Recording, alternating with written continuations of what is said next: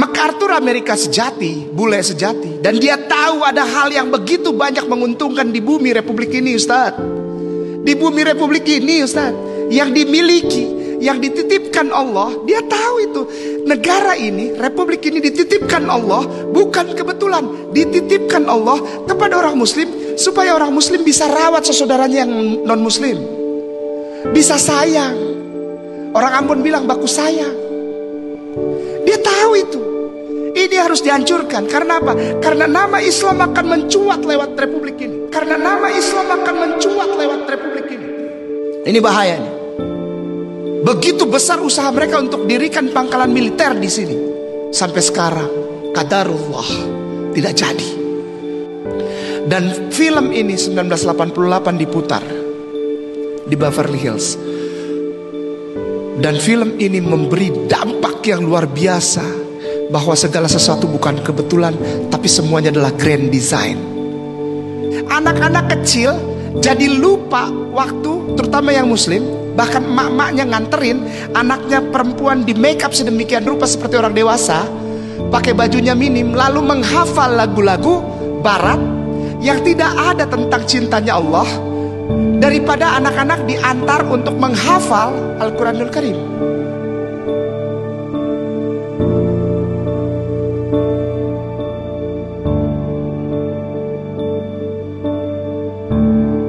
Alhamdulillahirrabbilalamin. Assalatu wassalamu ala asrafil anbiya wal mursalin Sayyidina Muhammadin wa ala alihi wa sahbihi wa atbaihi ajmain.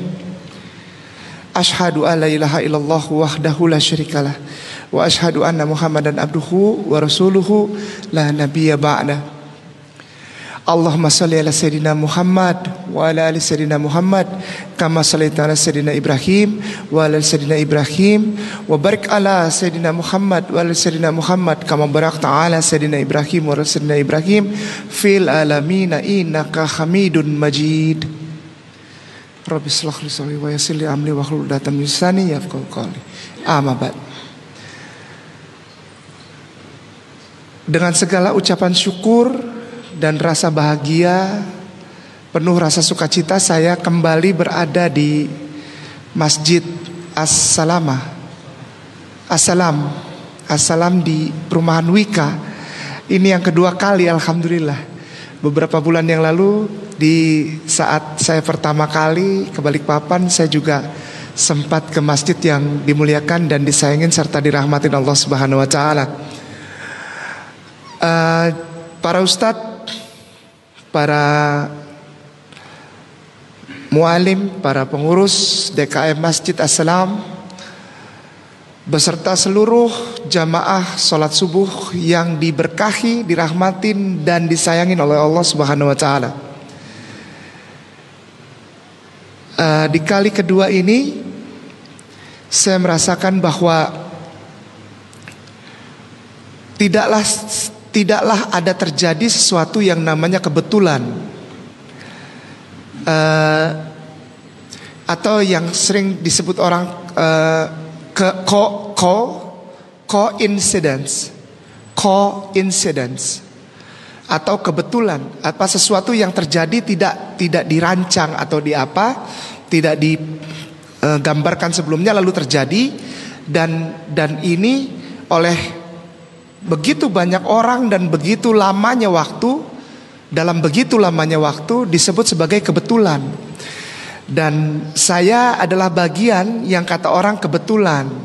Kebetulan dia belajar teologi, ini kayak nama ini. Kebetulan dia mengerti tentang Alkitab, tentang kitab suci saudara kita yang sangat kita hormati dan kita sayangi, Kristen dan Katolik gitu. Kebetulan, oh kebetulan anakku kemarin baru selesai kuliah. Kebetulan saya diangkat menjadi manajer dalam satu perusahaan atau lembaga. Kebetulan, dan terus banyak sekali kata kebetulan. Sehingga kata kebetulan ini menjadi suatu kata yang biasa dan umum. Oh kebetulan Kainama sedang ada di Balikpapan, jadi dia ke Masjid As-Salam lagi di Wika, begitu. Oh kebetulan dia sudah, kebetulan gitu. Ada acara ini kebetulan. Ada rezeki ini kebetulan. Oh kebetulan anakku baru menikah kemarin, jadi ada kebetulan semua.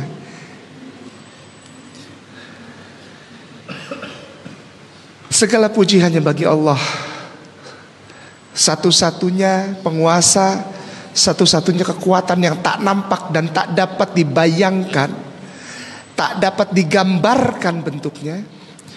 Kekuatan yang penuh dengan damai sejahtera serta pengayoman, pengasihan, pengampunan dosa, keselamatan serta rahmat dan berkah. Hanya kepadanya sajalah segala hormat, sujud, puji layak dipersembahkan. Dan kiranya salawat dan salam tercurah bagi junjungan kita, panutan yang mulia, tidak ada contoh selain dia. Hanya satu-satunya pria, manusia yang dipilih sebagai penyempurna bagi seluruh alam. Nabi Allah, Habibullah wa Rasulullah Muhammad sallallahu alaihi wasallam. Ketika saya mengucapkan kata pujian dan salawat kepada nabiku, nabi para ustadzku di Masjid As-Salam ini tadi juga bukan kebetulan sebetulnya.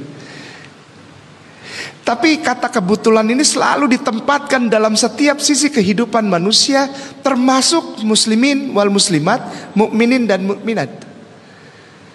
Dari mulai yang muda sampai yang tua. Di Indonesia kata kebetulan begitu luar biasa, seperti dihargai, dan makin kesini sepertinya kata kebetulan mengambil alih kasih karunia dan rencana yang pasti tentang keselamatan, tentang keberkahan, tentang kerahmatan dari Allah Subhanahu wa ta'ala. Di dalam kehidupan yang modern sekarang ini, apalagi kalau kita lihat kota-kota besar di Indonesia termasuk Jakarta tentu saja, kata kebetulan mendominasi semuanya. Dan bahkan kata kebetulan membuat orang seperti terpinggirkan untuk mengungkapkan kata yang lebih tepat dari kata kebetulan, yaitu qadarullah. Kata qadarullah jadi terpinggirkan, tergeser oleh kata kebetulan. Saya nggak tahu di balik papan ini kata kebetulan ini bagaimana, terpakai atau tidak. Tapi di Jakarta terpakai sekali, di Bandung terpakai sekali, di Semarang, di mana-mana kota-kota besar, di Pulau Jawa. Iya, aduh kebetulan baru ketemu sama Ustadz K, kebetulan. Ini ada yang saya mau sampaikan sama Ustadz K, kebetulan terus. Jadi segala sesuatu itu kebetulan saja adanya. Padahal setiap detik, setiap microsecond, setiap sepersekian detik dari kehidupan seorang manusia, entah itu yang muslimin atau muslimat, atau dia yang belum percaya kepada Allah dan Islam, setiap sepersekian detiknya bukan kebetulan. Tidak ada. Semuanya termaktub, semuanya disatukan dalam satu ikatan, namanya rencana Allah. Dan rencana Allah tidak pernah ada rencana kecelakaan, kesakitan, bahkan kematian. Sekali lagi, tidak ada kecelakaan, kesakitan, bahkan kematian. Loh, kita merasakan kematian itu dari Allah. Ya, kematian yang bagaimana? Bahkan kematian bagi seseorang yang merasakan bahwa yang terjadi bukan kebetulan melainkan qadarullah, maka kematian itu menjadi kematian yang berkah, yang penuh dengan segala kemenangan, penuh dengan segala pemenuhan harapan bahwa setelah dia mati dia akan mendapatkan yang terbaik dari cintanya Allah padanya pada saat dia hidup di bumi.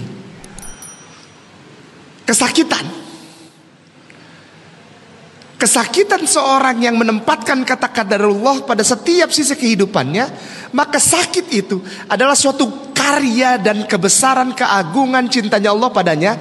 Karena di dalam surat Asy-Syaffat ayat 80, surat ke-26 ayat ke-80 tertulis bahwa ketika saat aku sakit, Allah yang menyembuhkan aku. Jadi ketika seorang yang menempatkan kata qadarullah di dalam iman dan kehidupannya sakit, dia tidak sakit ya, bukan sebagai satu kemalangan. Tapi ketika dia sakit, dia merasakan kebahagiaan. Kenapa? Karena justru pada dia sakit, Allah dekat dengan dia dan sedekat-dekatnya Allah padanya. Karena Allah berjanji, Di dalam surat 26 ayat 80 bahwa Dia yang akan menyembuhkannya. Ketika seseorang sakit, Dia yang akan menyembuhkannya. Maka ketika Allah menyembuhkannya, maka Allah mendekatkan lagi karismanya, cintanya kepada orang yang sakit tersebut. Orang yang menempatkan qadarullah di dalam setiap sisi kehidupannya. Kecelakaan, Allah yang menyelamatkan orang itu. Allah yang menyelamatkan orang itu. Para ustadzku, para mualimku, para sepuh, para pengurus DKM Masjid As-Salam, serta jamaah salat subuh yang disayangin dan diberkahi Allah Subhanahu wa taala. Pada tahun 1977 ada sebuah film kolosal, film besar yang diproduksi. Dan ini luar biasa sekali karena film layar lebar, film bioskop.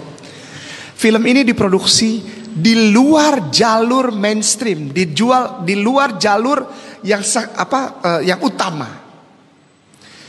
Jalur utama film sudah tentu semua orang tahu bahwa namanya Hollywood. Setiap orang tahu itu. Ada berbagai macam perusahaan besar bahkan di seluruh bumi ini ingin masuk ke dalam satu konten, satu ikatan mata rantai dari perputaran, penjualan dan produksi serta industri film dunia yang namanya Hollywood. Semua diatur dari Hollywood itu, Beverly Hills itu. Atur semua masalah perputaran film ini bagaimana dia akan dipasarkan, bagaimana promonya dan negara-negara mana saja yang menjadi keharusan film itu memutar film tersebut. Luar biasa, itu diatur dari satu tempat Hollywood itu yang di Beverly Hills di Amerika Serikat. Tapi 1977 ada satu kejadian yang luar biasa. Karena ada satu film besar, film kolosal dengan biaya besar, itu diproduksi di luar jalur utama, di luar jalur yang sudah seharusnya, dan orang takut kalau berada di luar itu. Sampai semua artis Indonesia membuat hitung-hitungan kalau dia sukses itu kalau dia ada di Amerika. Ya, sekarang ini ya, tolak ukurnya Amerika gitu. Bahkan semua artis di sini, semua para pekerja seni, semua aktor, aktris, industri movie, industri film, industri hiburan, entertainment, mereka tidak merasa dirinya tuh ngetop kalau belum tercantum di Amerika. Judul film itu The Message. Judul film itu The Message. Ustadz pernah dengar? 1977 diproduksi The Message. Orang gak tahu itu cerita tentang apa, cuma baca judulnya saja.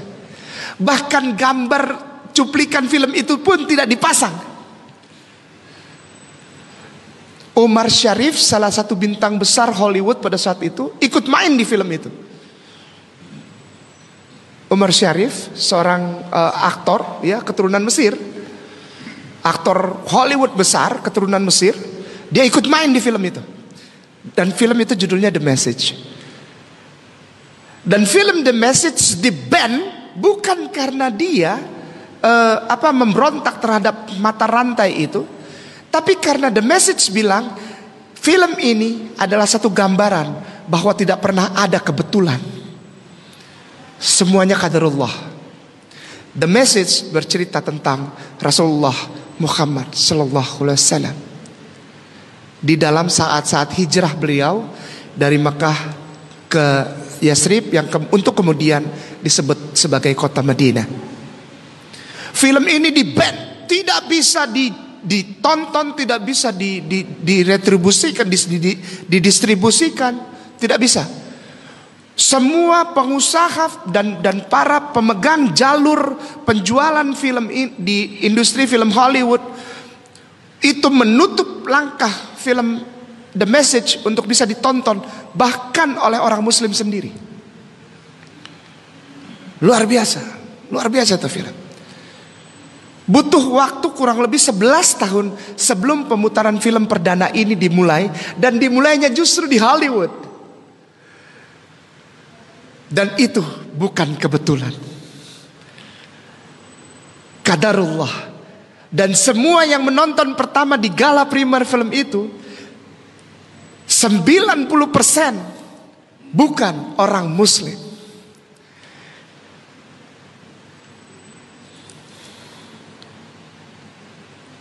Sebelas tahun, Ustaz. 11 tahun. 1988 terjadi suatu move, suatu gerakan besar-besaran. Orang bule Amerika bersyahadat. Ustaz mungkin pernah dengar itu ya. Ketika terjadi, setelah nonton film itu, pergerakan Islam luar biasa dan orang makin cari tahu tentang Islam, karena Islam yang mereka tahu selama ini hanyalah terorisme. Gambaran Islam adalah gambaran kebetulan yang dipaksakan oleh industri movie, industri film dunia, terutama di Hollywood, yang menggambarkan bahwa semua orang Arab itu adalah kebodohan, kekejaman, barbarian, barbar, terorisme, penghinaan terhadap wanita. Itu yang digambarkan di setiap film, bahkan di film kartun. Dari semua produk-produknya MGM, Metro Goldwyn Mayer, lalu ada WB, Warner Bros, ada yang Universal Studio, yang bawa obor itu perempuan, lambangnya. Dan begitu banyak lagi seperti rumah-rumah produksi raksasa dari industri film di Hollywood, yang selalu punya grand design, misi untuk menyampaikan bahwa Arab itu, segala sesuatu yang berbau Arab itu kebodohan, barbarisme, barbarian, terorisme, kekejaman, dan menghina wanita. Itu semua dari film Indiana Jones. Itu mainnya tuh di tanah-tanah Timur Tengah semua itu. Dan mereka bikin image, bikin apa? Penampakan bahwa orang Arab itu ya begitu, bodoh, kejam, terorisme, meledakkan diri dengan Allahu Akbar, boom, tanpa ada sebab yang jelas. Itu digambarkan film Indiana Jones, film kartun Mickey Mouse. Allahu Akbar. Anak-anak dari kecil sudah ditanamkan bahwa orang Arab tuh keji. Dan film ini 1988 diputar di Beverly Hills. Dan film ini memberi dampak yang luar biasa, bahwa segala sesuatu bukan kebetulan, tapi semuanya adalah grand design. Dan grand design yang terbesar dan termulia dan terpaling benar adalah grand design yang dari Allah Subhanahu wa taala. Jamaah para ustadzku yang mulia di Masjid As-Salam yang disayangin Allah Subhanahu wa taala. Film itu berdampak. Begitu banyak orang ateis, orang Kristen, orang Katolik, dan orang-orang bule, orang bule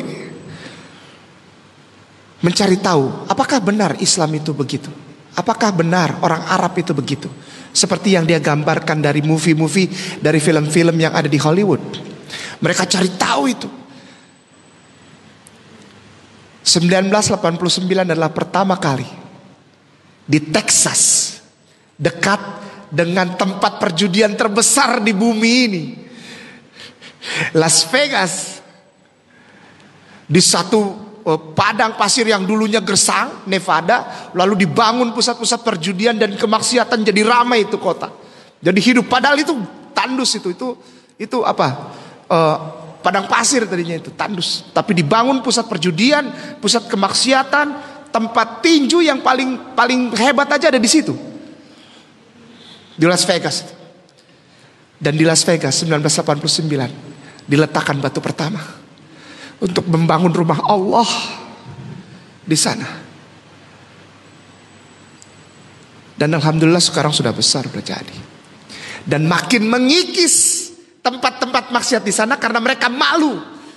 Ada orang yang menyembah Allah, sementara di sisi lain ada ketelanjangan, ada perjudian, ada kemaksiatan. Perlahan tapi pasti makin berkurang tempat judi di sana. Dan Islam tidak pernah memaksakan hal itu. Tidak pernah menganggap segala sesuatu kebetulan. Karena Islam menjalankannya sebagai grand design dari kasih sayang dan cintanya Allah kepada umatnya. Tahun 2006 Hollywood mengeluarkan satu film yang punya niat untuk mengalahkan atau apa sepertinya menyaingi film The Message yang di-ban, dilarang dari tahun 1977, tapi sampai 2004 ternyata mendapatkan penghasilan yang luar biasa. Dan setiap orang menjadikan film The Message menjadi inti dari pembelajaran filosofi untuk disetarakan untuk menjadi titik perbandingan bagi filosofi yang selama ini didapat orang dari pelajaran filosofi Yunani. Oh, dahsyat itu. The Message, cerita tentang Rasulullah, diambil bahannya untuk dijadikan perbandingan dengan selama ini orang belajar filosofi yang didapat dari sistem filosofi Yunani. Luar biasa. 2006 ada satu film yang dibuat oleh seorang pemain film juga yang jadi sutradara, namanya Mel Gibson. Mel Gibson bikin film pertama dari semua karya-karyanya, itu film yang monumental gitu, yang besar, yang akbar, yang kolosal. Judul film itu The Brave. Jadi yang kalau yang cerita tentang Rasulullah itu, nah judulnya The Message, dia bikin film The Brave. Pernah Ustadz dengar itu ya, insyaallah ya, The Brave. Yang main dia sendiri dan sutradaranya dia sendiri. Mel Gibson yang dulu dikenal dengan pemain film Mad Max itu. Ganteng orangnya, gondrong. Dia bikin film dan dia jadi pemeran utamanya. Di film The Brave, Mel Gibson berperan utamanya sebagai William Wallace. William Wallace adalah pejuang Scotland, pejuang Irlandia yang melawan Inggris. Ada sisi banyak capture, banyak frame, banyak scene yang diambil untuk menjawab setiap scene tentang Rasulullah. Luar biasa itu. Mereka usaha setiap kata itu diadaptasi dari film The Message, diadaptasi ke film The Brave, tapi diganti gitu. Diganti apa? Ini sangat menyedihkan. Diganti bahwa setiap kata-kata yang menyangkut firman Allah di dalam film The Message itu diganti menjadi firman dari Yesus Kristus di situ. Di film The Brave. Di saat terakhir William Wallace mau dibunuh pada hukuman mati, dia teriaknya bukan la ilaha illallah. Itu capture bagian film dari film The Message, Ustaz. Film The Message itu ada kisah yang digambarkan dalam film itu ketika Bilal bin Rabah ditimpa batu, disiksa habis-habisan itu. Ada ya? Mungkin Ustaz tahu ya. Bilal bin Rabah radhiyallahu anhuma itu ketika dia mengucapkan la ilaha illallah Muhammad Rasulullah, itu ditimpa batu sama tuannya yang pertama ya, sebelum dia dibebaskan oleh Umar bin Khattab untuk mengikuti Rasulullah sallallahu alaihi wasallam. Itu ada bagian film di mana dia berteriak la ilaha illallah, itu terus tapi disiksa gitu badannya ya. Nah ini di capture dipindahin gitu. Allahu akbar kabira. Dipindahin, lalu ketika William Wallace juga disiksa, dia berteriaknya apa? Freedom.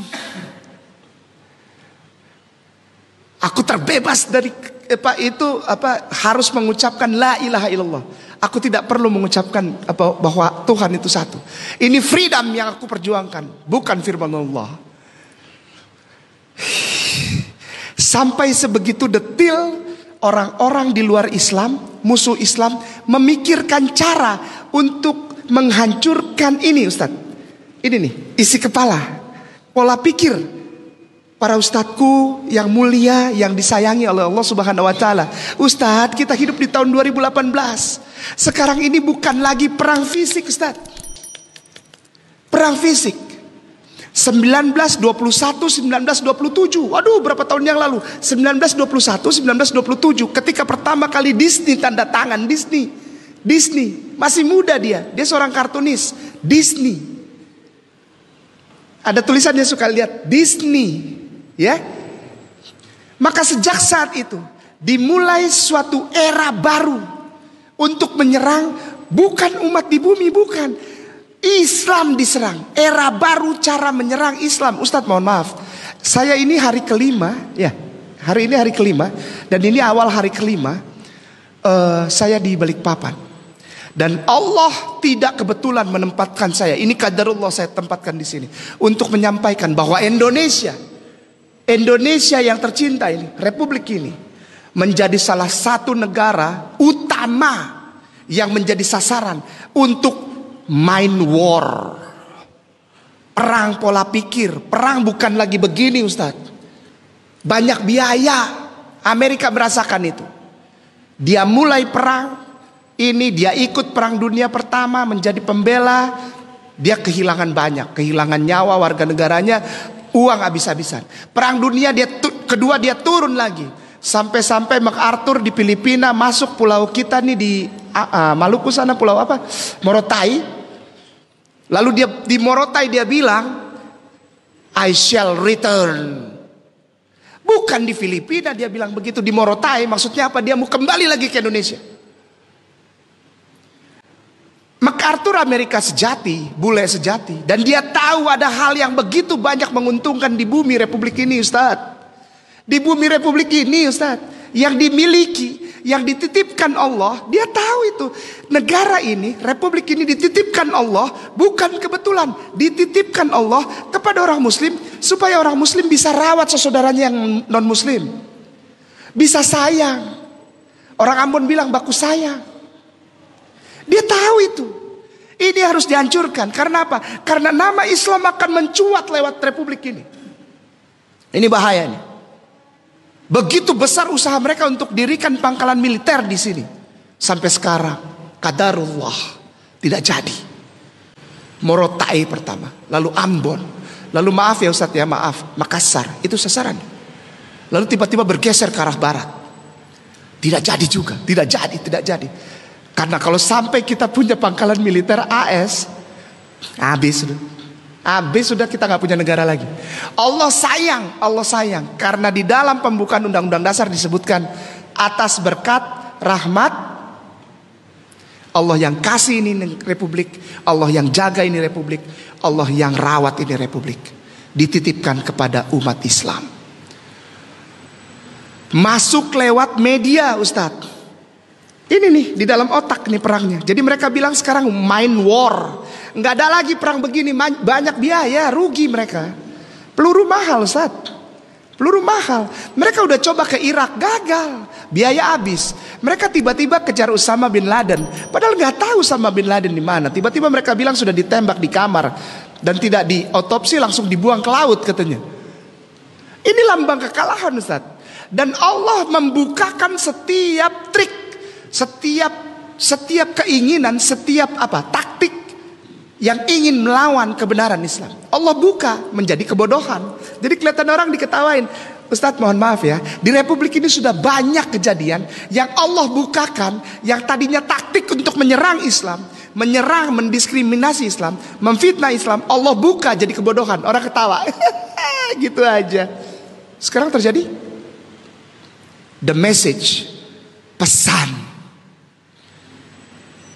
Dia akan tetap menjadi pesan. Tidak ada yang mampu menggantikan pesan. The message artinya pesan. Pesan siapa? Pesan cinta dari pencipta kita, Allah Subhanahu wa taala. Tahun 2006-2008 kembali dicoba kembali untuk menggeser the message firman Allah dengan memproduksi satu film judulnya The Passion of Christ. The Passion of Christ. Ini masih dalam rangka perang pola pikir Ustaz. Perang di dalam kepala, mind war. Tidak ada lagi sekarang begini Ustaz. Banyak masih para ustadzku, para mualimku, ayo kita bergerak. Ini fisik kita. Udah gak main di situ sekarang Ustaz. Udah gak main. Mereka sengaja pancing gitu. Lihat di Jakarta banyak kejadian.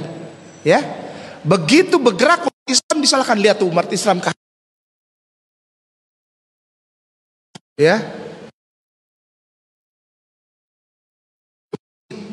terpapar. Karena apa, yang perangnya bukan di sini Ustaz, bukan. Aduh, saya dulu kumpul sama saya punya kakak tersayang, Kay yang satu, saya Kay. Ada Kay satu lagi di Kalimalang di Jakarta tuh, mungkin Ustaz pernah dengar. Sekarang lagi nyantri di Rutan Cipinang. Ada satu Kay lagi tuh. Ya kita ikut dia lah dulu, namanya anak-anak rantau ya Ustaz. Dia belum punya tempat tinggal di Jakarta, ini anak-anak rantau dari Ambon, kita ikut dia lah. Itu bukan seperti itu yang pafu pasang badan jaga tanah orang gitu kan. Tarik mobil orang Avanza kalau nggak bayar gitu kan. Pasukan debt collector Ustaz. Motor dicegat tengah jalan pakai lihat. Wah, ini ada motornya nih, lihat plat nomornya, masukin di telepon lalu ting. Ah, itu ada, kejar, ambil. Bukan itu. Itu bukan perang gitu Ustaz. Oh enggak, di Afghanistan, di Gaza enggak ada urusan. Sekarang itu ini nih. Perangnya di sini, dimasukin pemahaman, dimasukin tiap hari itu, aneh-aneh itu masuk ke sini, sehingga mengganggu the message yang ada di dalam kepala orang Islam. Pesan bahwa ustadzku semua, saya dan semua kaum muslimin di Republik ini dan di seluruh dunia, engkau adalah orang pilihan. Engkau dititipkan kasih sayang Allah untuk menjaga damai sejahtera. Bukan masalah paksa orang jadi Islam, enggak. Dengan akhlakul karimah saja orang jadi syahadat kok. Nggak perlu didakwahin. Dakwah malah ujung-ujungnya debat. Dialog ujung-ujungnya debat. Saling mempertahankan statementnya masing-masing. Jadinya malah berantem. Tapi akhlakul karimah yang banyak bikin orang di luar sana tergeletak lalu bilang, aku menyerah, aku mau ikut mengucapkan la ilaha illallah Muhammad Rasulullah. Benar Ustaz? Ini kenyataan hidup sehari-hari di Republik ini Ustaz. Kita tidak sadar para muslimin. Maaf ya, maaf. Ini saya tidak katakan di sini saja. Tapi saya pertama kali katakan ini justru di rumah ibadah saudaraku tersayang, Kristen dan Katolik. Saudaraku yang paling aku sayang itu. Aku kasihan sama mereka. Karena apa? Karena mereka punya kitab suci yang mereka tidak pernah baca. Mereka termakan dengan apa yang tadi saya bilang itu, mind war. Perang ini, perang pemikiran, perang apa ya? Pemahaman. Contoh saja, Ustadz, ini maaf, ini kebiasaan saya mohon maaf. Ada yang bisa bawa telepon, yang bisa buka internet, saya mohon maaf. Oh langsung, ini ada tuan guruku di sini. Ini ada tuan guruku. Daripada buka internet, kata beliau, lebih baik aku bawakan untukmu kitab aslinya. Ustadz ini selalu bawa Bible. Dan ini Bible ini bukan Bible sembarangan, karena saya tahu dari warnanya dan covernya. Cover hijau itu tidak pernah diberikan oleh kepada sembarang orang. Ya ini bukan kebetulan, ini qadarullah. Ya saya berusaha untuk mengurangi pemakaian kata kebetulan, karena takutnya saya menempatkan kebetulan di atas qadarullah. Ini bahaya. Padahal itu qadarullah, itu takdir Allah, dibilang kebetulan itu sama aja dengan menghina Allah. Saya berusaha, sedang belajar untuk mengurangi kata kebetulan. Ini qadarullah. Pada suatu saat saya melihat beliau bersama salah seorang ustadz lagi di masjid apa itu Ustadz, di Pertamina, di Pertamina. Beliau berdua keluarin dari tas kecil itu Bible. Wih, kaget saya. Dan warnanya hijau. Kaget saya, kenapa? Karena dulu saya di sana. Ya Ustadz sudah tahu lah ya cerita saya ya. Tidak perlu diulang-ulang. Saya di sana di kekristenan, dan kami di kekristenan ada urut-urutan kepemilikan Alkitab. Itu bisa dilihat. Kalau jemaat biasanya warnanya biru tua. Covernya itu. Hard covernya warnanya biru tua. Kalau naik sedikit jadi majelis jemaat atau pengurus gereja, maka dia warnanya hitam. Gitu. Kalau dia jadi pendeta, pelayan firman, putih covernya, keras, sama. Nah ada di atas itu warnanya hijau seperti itu. Covernya keras, hijau. Itu hanya orang-orang sinode. Orang-orang yang ada di kantor pusat lembaga kekristenan Dewan Gereja. Ada dua macam, DGI dan PGI, betul ya? DGI itu Dewan Gereja Indonesia, PGI Persekutuan Gereja-Gereja di Indonesia. Nah itu tuh punyanya itu hijau. Maka itu saya kata, dapat dari mana Tat? Saya bilang, ini gawat ini. Jangan-jangan Ustadz orang dewan gereja ini. Begitu. Jadi luar biasa Ustadz. Peka. Para ustadzku, para mualimku, peka. Ada sesuatu hal yang sedang ditanamkan belakang ini, dipaksa untuk ditanamkan. Bukan kebetulan, dipaksakan untuk ditanamkan. Terutama sasarannya adalah para pemimpin muslimin wal muslimat. Apa itu? Toleransi, toleransi, toleransi. Terus toleransi, kebetulan, toleransi, kebetulan, toleransi, kebetulan. Ini mind war ini Ustadz. Ini perang di dalam kepala. Tapi orang Islam masih saja berpikir bahwa kita perang itu fisik. Fisik. Sudah dilupakan. Amerika aja udah gak mau perang fisik. Setiap pesan yang merusak iman Islam dan pola pemahaman Islam dimasukin lewat TV. Dia masukin lewat TV karena kotak hitam itu adalah senjata yang paling ampuh.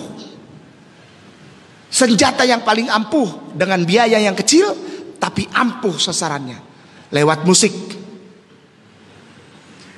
Indonesian Idol, idol,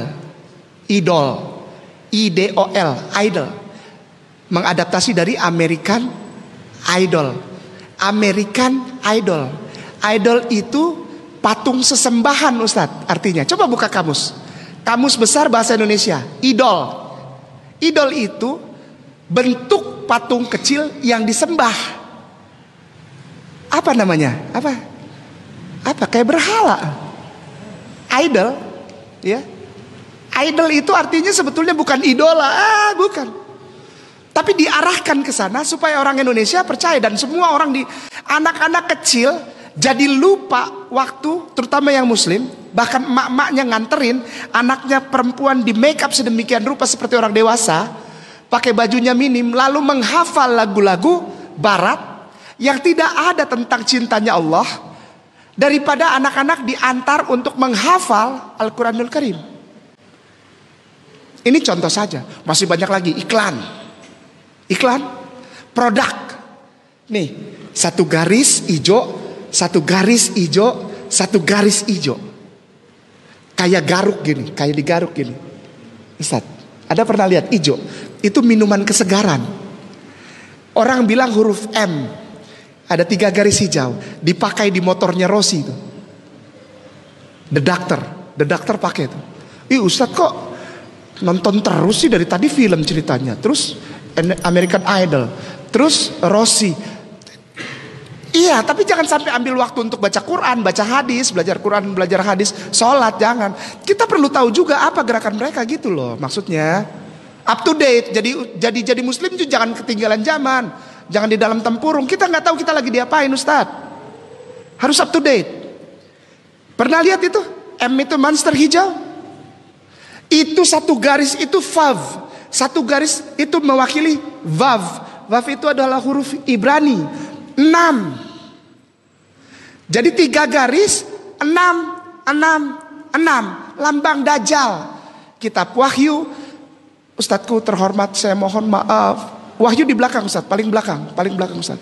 WHY, Wahyu, kitab Wahyu pasal 13 ayat 18.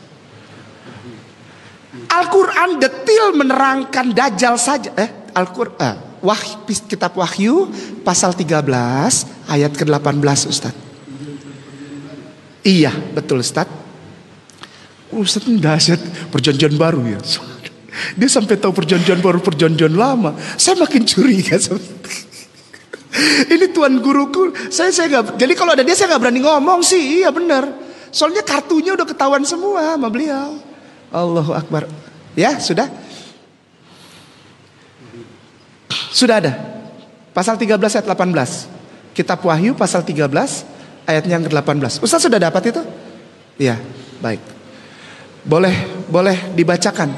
Aduh, saya minta maaf banget. Kalau boleh ada satu mic lagi. Kalau boleh. Nggak usah deh, nggak usah. Maksudnya jangan saya yang baca Ustadz ya. Nanti kalau saya yang baca takutnya saya dibilang mengada-adakan gitu ya. Jadi biar jelas. Ya siap Ustadz. Ayat 18. Ada di sana disebutkan angka 666 Ustadz.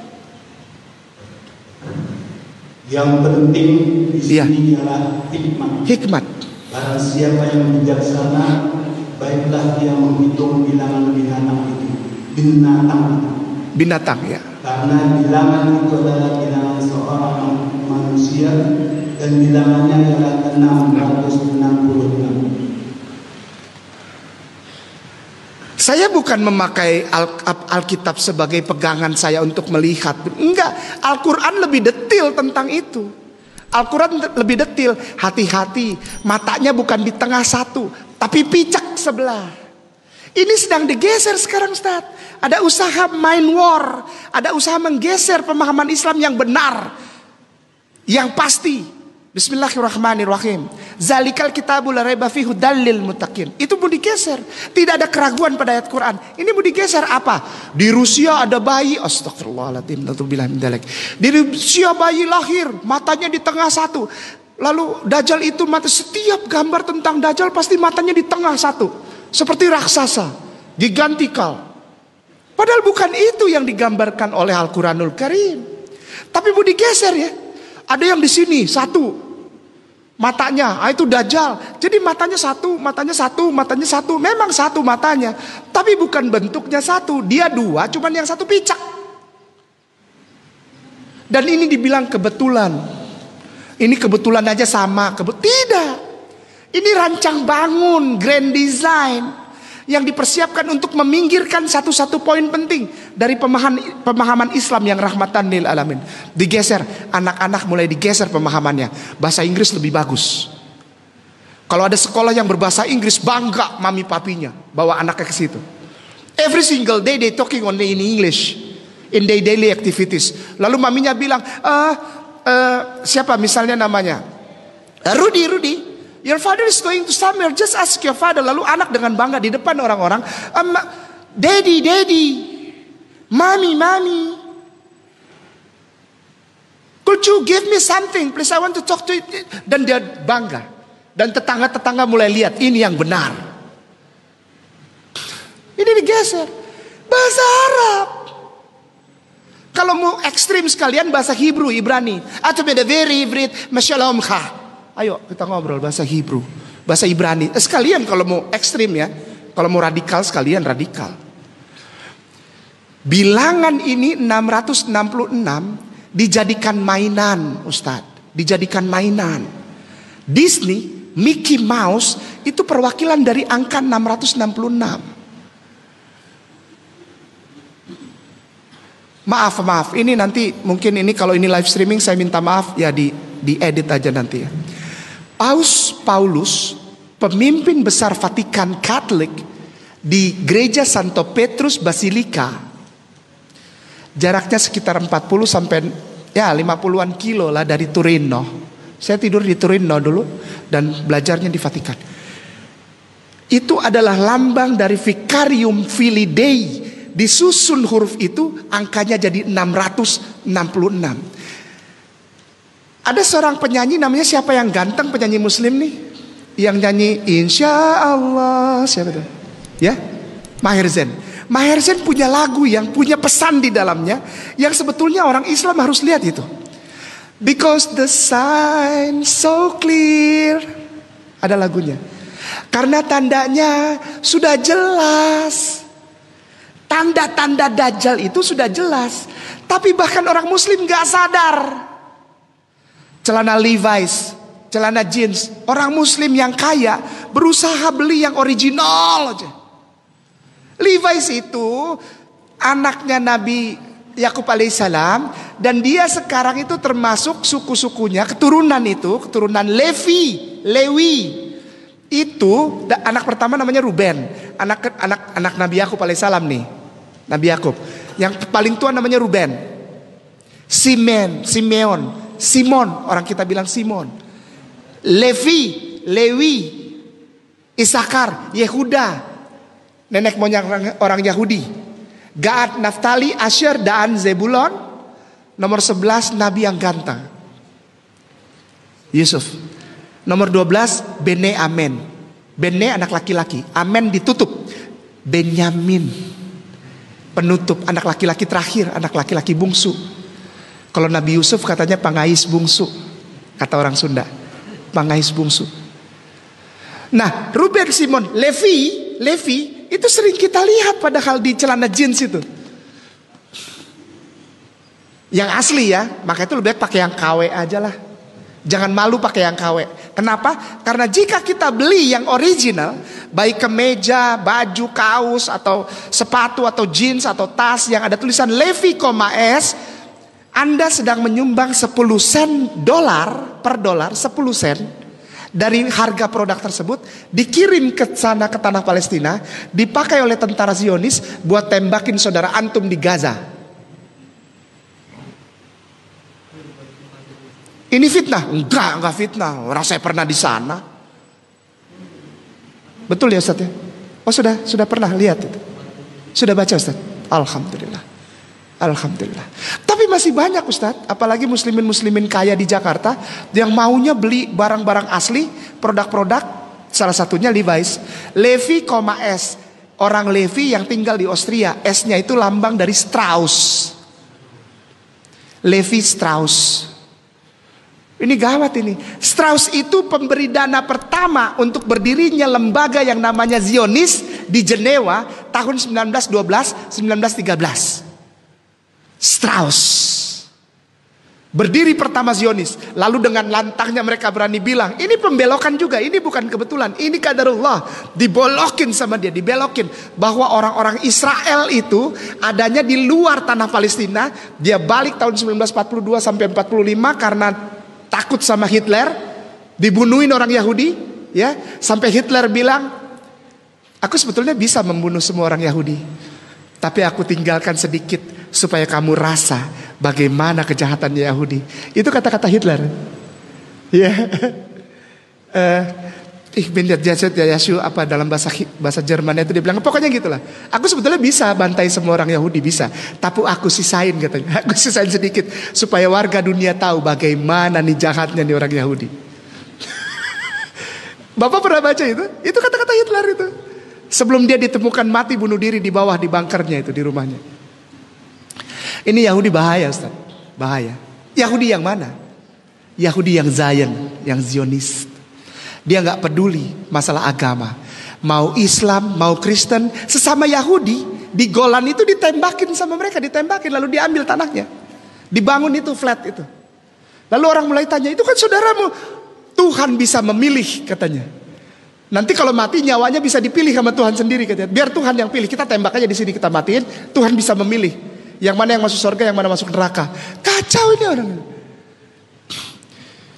Dia hajar semua, dia nggak peduli. Ustadz, saya punya guru namanya Rabbi Tobia, Rabuni, Tuan Guru Tobia. Dia bilang begini sama saya. Kita ada percakapan tentang Islam, tentang teologi Kristen, tentang agama Yahudi. Di penutup ini dia cerita begini. Ini saya mau cerita bahwa ada informasi yang saya dapat langsung dari Rabbi, dari Rabuni, dari guru Yahudi. Dia bilang begini, Malay, dia panggil saya Malay. Artinya Melayu. Hei Melayu, aku mau bilang sama kamu begini. Aku mau kasih tahu satu ciri saja dari orang Zionis, Yahudi. Zionis artinya yang lebih parah dari orang Yahudi, jahat. Orang Yahudi itu, Zionis itu tidak cuman yang tinggal di Palestina, tidak. Tapi di seluruh bumi. Apalagi dia mau ngomong apa ini? Iya. Zionis Yahudi itu bukan harus orang yang ada di Palestina atau orang yang bilang dirinya Jewish atau Yahudi. Lihat saja orang itu dari berbagai bangsa, dari berbagai budaya, dari berbagai latar belakang ekonomi dan sosial. Lihat saja satu hal, satu ciri saja. Apa? Dia percaya Islam, tapi dia zolim sama Islam. Ini bukan saya yang ngomong, orang di sana langsung. Gampang saja katanya. Terus dia pergi. Rabuni, nah, dia pergi. Ini guru preman juga. Tapi beberapa kali dia sempat masuk Indonesia. Untuk kasih bantuan itu. Dan alhamdulillah saya waktu pas tahun 2013 kalau apa 2012 itu saya dikasih tahu sama salah seorang teman di Kelapa Gading di Jakarta. Kau punya guru lagi ada di Jakarta, dia dari Manila. Saya langsung itu, saya dari Bogor naik motor itu. Dan saya datang ke gereja itu karena lagi ada acara di gereja, kasih bantuan apa, makanan, obat-obatan atau baju gitu kan. Beras 1 karung dikasih buat rakyat di Kelapa Gading yang habis kebanjiran waktu itu. Rakyat di luar kompleks Kelapa Gading. Datang lihat, si bule ganteng ada di sini. Saya datang, saya pakai kopiah putih, Ustaz. Pakai baju gamis, naik motor itu, jaket saya buka. Lihat gini, saya lihat mukanya, terus dia gini, my student, katanya Ustaz. Lalu saya peluk dia, saya cium jidatnya, dan orang-orang bilang, lihat tuh, Ustadz K cium Yahudi. Dia bersahabat sama Yahudi. Pada saat saya cium dia itu penghormatan orang di sana, orang Yahudi. Jadi murid kalau ketemu guru cium jidatnya.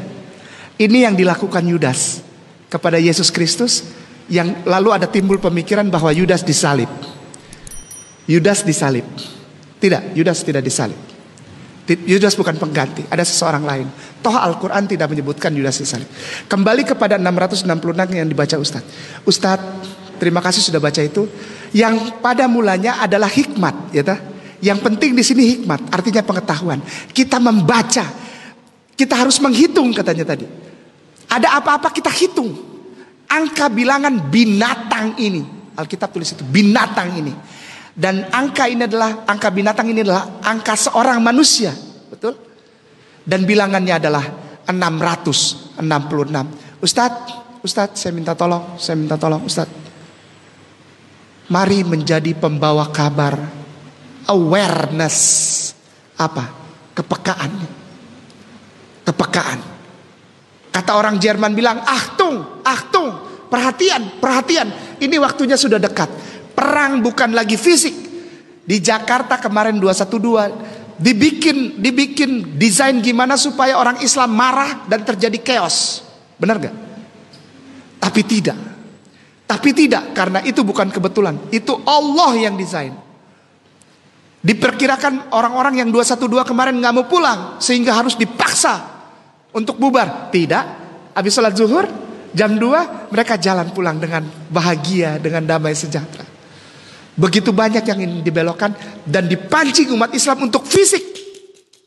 Padahal perang yang sesungguhnya ada di sini. Alkitab adalah bagian, Ustaz, dari cara mereka untuk menyerang. Orang Islam punya daya pikir. Modernisasi, orang Islam diserang daya pikirnya. Liberalisme menyerang pola pikiran orang Islam. Moderat, Nusantara, kebinekaan, Pancasila. Bukan saya anti Pancasila. Pancasila sudah ada di hati dan detak jantung setiap umat Islam. Tidak perlu diajarin. Ketuhanan yang Maha Esa, udah jelas sekali. Qul huwallahu ahad. 1 sampai 5 itu semua adalah Islam. Jadi orang Islam gak perlu diajarin lagi. Bineka gak usah diajarin. Saya Ambon tadi sholat di depan, di saat pertama. Kalau orang Islam nggak ngerti bineka, nggak ngerti persatuan, ketiga ya, persatuan Indonesia, ya, itu diambil dari Bhinneka Tunggal Ika, bermacam-macam tapi tetap satu. Kalau seumpamanya orang Islam tidak tahu bineka, tadi imam langsung nengok itu. Sebelum mulai pas safu vakum kan imam menghadap jamaah, dia pasti akan nengok saya. Ambon ya? Iya, Ustaz. Ambon di belakang ya. Belakang. Itu kalau umat Islam tidak tahu bineka. Tapi Ustadz imamnya tadi kan? Ya, Ustadz imamnya. Bukan, yang mana imam tadi? Imamnya, ya. Imam tidak bilang begitu kan? Sausafu vakum, rapatkan dan luruskan barisan.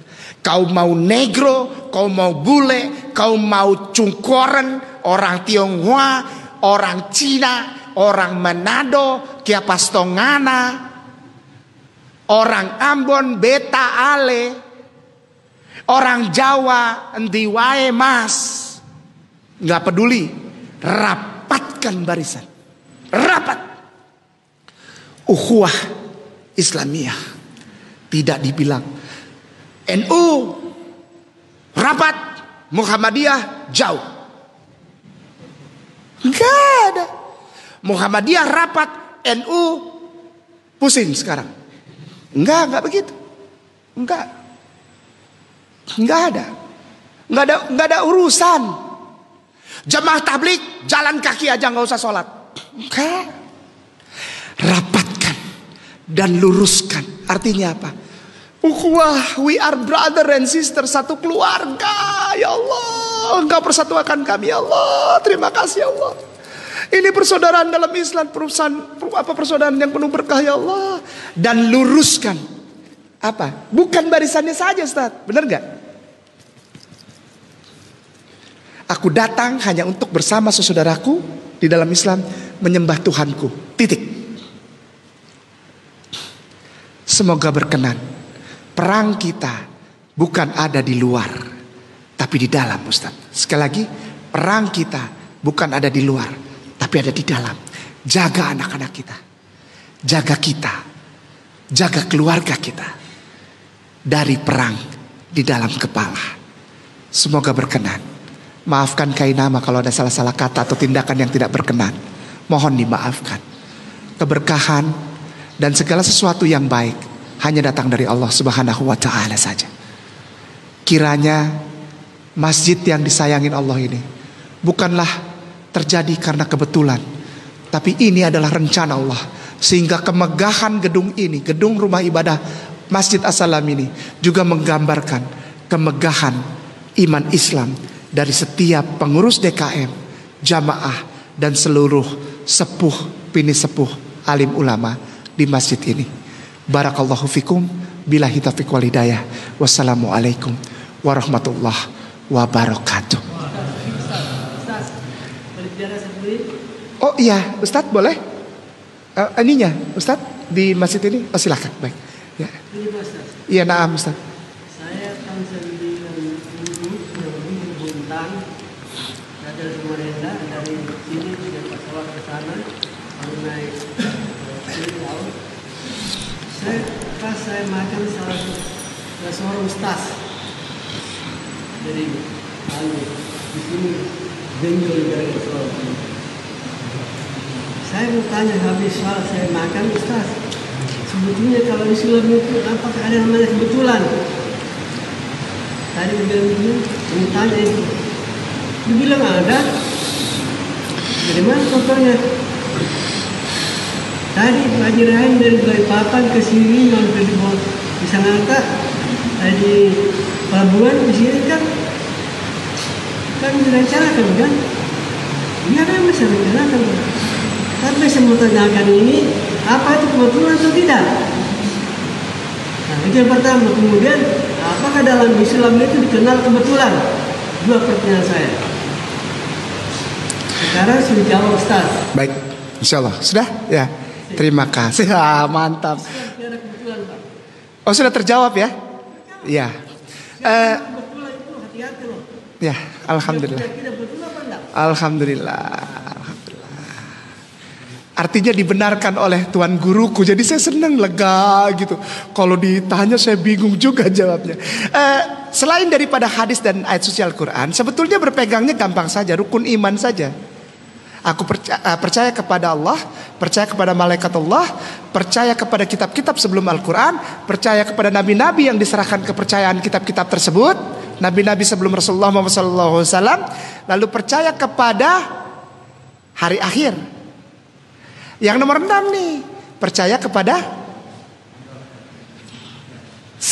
sebetulnya simple saja sih. Oh kebetulan ada nggak dalam Al-Quran? Kita buka fikih adalah terlalu dalam, jadi yang permukaannya nggak dilihat. Udahlah kita lihat aja dulu. Keenam dari rukun iman.